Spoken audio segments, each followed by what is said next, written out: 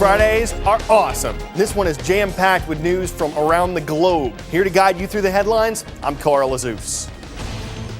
First up, Iran offers full and immediate cooperation with regard to its controversial nuclear program. That statement made at a meeting in Geneva, Switzerland yesterday, when representatives from Iran, the U.S., and several other countries got together to discuss the issue.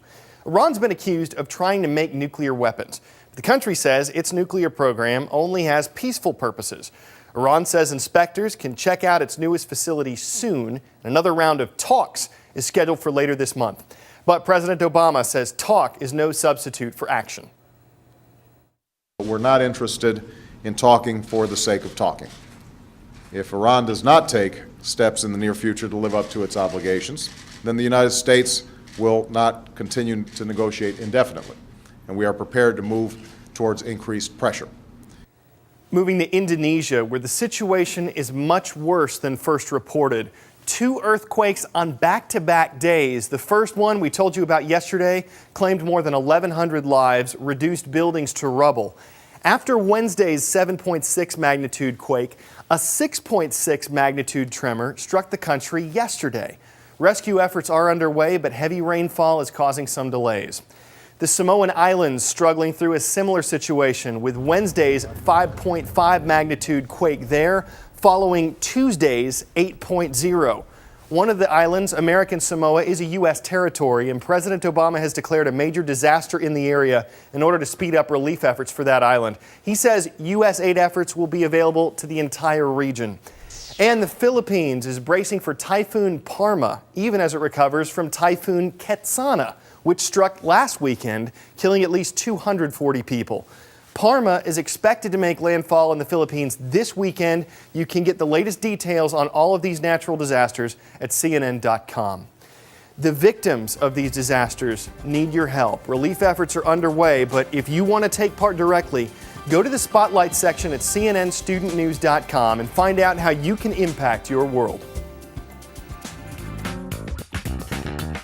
Is this legit?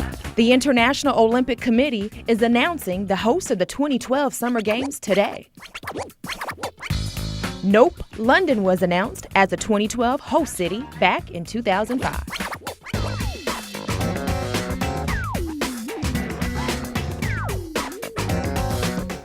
What the IOC is announcing today is the host of the 2016 Olympics. Yes, they decided that this far in advance. The 4 finalists are Chicago, Illinois, Rio de Janeiro, Brazil, Madrid, Spain, Tokyo, Japan. The competition for these things is intense, and leaders of all 4 countries, including President Obama, are making personal appearances to push for their nations to be named host. Obama was headed to Copenhagen, Denmark today, where the Olympic Committee's 105 members are voting on the host city. According to sources close to this process, Chicago and Rio appear to be the frontrunners. You can find out the final winner at CNN.com. Meanwhile, the host of the most recent Summer Games is holding a celebration. China, whose full name is the People's Republic of China, is marking the 60th anniversary of when it officially took that name, when the country was established as a communist state. Ceremonies in the capital city of Beijing commemorated the occasion yesterday. They included President Hu Jintao's inspection of military forces, weapons, and vehicles. Chinese news agencies said it was the first troop inspection in a decade. About 200,000 soldiers and civilians gathered in Tiananmen Square for a parade showcasing China's achievements from the past 6 decades. And in automotive news, and in the U.S., the Saturn line is coming to a close after plans to buy the brand were canceled. The Penske Group agreed to buy the rights to Saturn 4 months ago from General Motors. GM was in bankruptcy at that time. But this week, Penske said it's not moving forward with the purchase, and as a result, GM said it's going to stop production of the cars. The automaker doesn't expect that to affect factory closures or job losses. The 3 plants that make Saturns also make other GM vehicles, and the company says they'll just move the resources around. But there are roughly 350 Saturn dealerships around the U.S., and those 13,000 jobs could be in danger. Today's shout-out goes out to Mr. McBurrow's social studies classes at Otfrey Mill Middle School in Johns Creek, Georgia.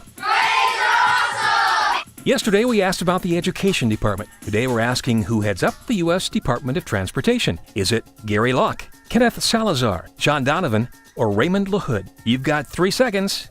Go.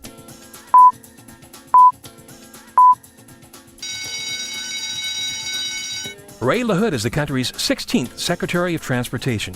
That's your answer, and that's your shout-out. 500,000. According to experts, that's how many people were injured last year because of distracted or inattentive drivers. And that is why Secretary LaHood and the Department of Transportation held a conference this week to address the issue.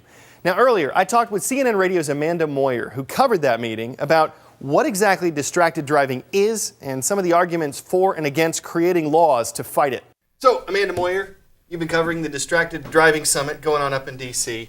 They started out with a definition. How do they define distracted driving? Well, distracted driving is anything that takes your eyes off the road for even a few seconds. So that's texting, talking on your cell phone, playing with GPS devices, even eating or putting on makeup in the car. So obviously it's dangerous. Why did the Department of Transportation think an entire summit was necessary? Well, they see it as a growing problem. Nearly 6,000 deaths were related to driver distraction last year, and about 80% of crashes are related to inattentive driving. So they wanted to curb this now before the problem gets worse. What sort of recommendations did they have on how to curb it? Well, one of the big things is public awareness.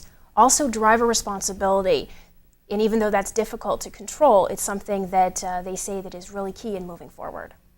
You know, we've seen statistic after statistic illustrating distracted driving is dangerous in any form. But some say this should remain a state issue. States have their own driver's licenses, they have their own driving laws. You know, what are the pros and cons of a national law against this? Well, some of the pros are, of course, saving lives, but also cutting down on confusion. Right now, 18 states and the District of Columbia currently ban it. So you might not realize it's in your state or in your city, depending on how the laws are. Cons would be, a lot of people say that that's Big Brother after you, and also they say that the government shouldn't be dictating how you drive safely.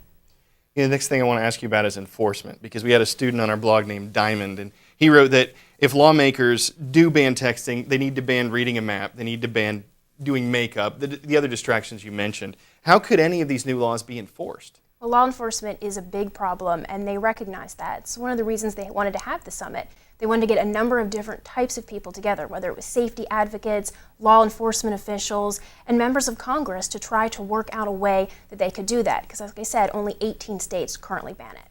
Okay, we'll see what happens. Amanda Moyer of CNN Radio, thanks for being with us today on CNN Student News. Thank you. We've got a brand new video on our Facebook site, and it's not the sort of glamorous, flattering masterpiece we usually post. In fact, I wouldn't want you to see it at all if I weren't in on the joke. Go see for yourself what we're talking about. Facebook.com/CNN Student News, or log on to Facebook, search CNN Student News Official. Official. Well, sometimes we like to end the week with a look at the lighter side of news, like stories about when wildlife attacks and when people attack back. Brace yourselves, we're going off the beaten path.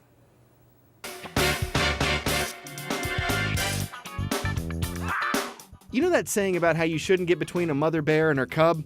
Well, here's a woman who did and fought him off with a pillow. She was watching a Rockies game with her son when she heard what she thought was the dog downstairs. No. Raised up on her hind feet and was hissing at me, and I grabbed this pillow and I just slung it as hard as I could. The bear backed down, but still managed to trash the kitchen before officers showed up and got her and her cubs out of the house. Guess she just couldn't bear defeat. Okay, you know that question about whether the chicken or the egg came first? This egg came biggest, 2.5 times the size of a regular egg. This bad baby got plenty of press and praise before becoming an omelet. An excellent end to this trip off the beaten path. Well, hopefully that pun went over easy. If not, I guess the yoke's on us. Oh man, we've got egg all over our face, and this whole thing's just scrambled up. The hits just keep on coming, and we're going to keep it going on Monday. Bring you more stories then. For CNN Student News, I'm Carl Azuz.